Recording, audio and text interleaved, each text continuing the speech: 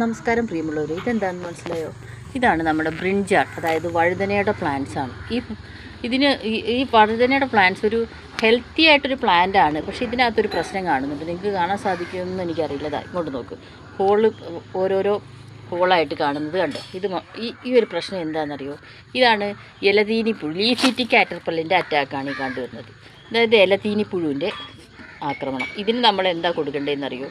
ഇതിന് നമുക്ക് ജൈവമായിട്ട് 2-3 ഐറ്റം മരുന്ന് കൊടുക്കാം. ഒന്ന് ബിവേറിയ, അത് 20 ഗ്രാം 1 ലിറ്റർ വെള്ളത്തിൽ കലക്കി ഇലകളിൽ തളിച്ചു കൊടുക്കാം. പിന്നെ അതുകൂടാതെ നീമോയിൽ ഗാർലിക് എമൽഷൻ, അത് നമുക്ക് 2 ml 1 ലിറ്റർ വെള്ളത്തിൽ കലക്കി സ്പ്രേ ചെയ്ത് കൊടുക്കാം.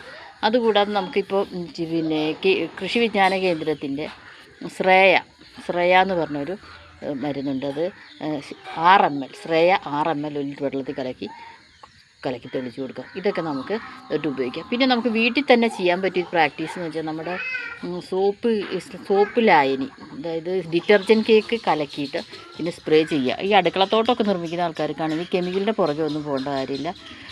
ചെറുതായിട്ട് ഡിറ്റർജൻറ്റ് കേക്ക് കലക്കി സ്പ്രേ ചെയ്യുക. അതിനോടൊപ്പം കുറച്ച് വേപ്പെണ്ണ വെളുത്തുള്ളി മിശ്രിതവും കൂടെ കലക്കി തളിച്ചു കൊടുക്കുക. അപ്പോൾ മനസ്സിലായല്ലോ എല്ലാവരും. എല്ലാവരും ഇത് ശ്രമിച്ചു നോക്കുക, വീട്ടിൽ കൃഷി ചെയ്യുക.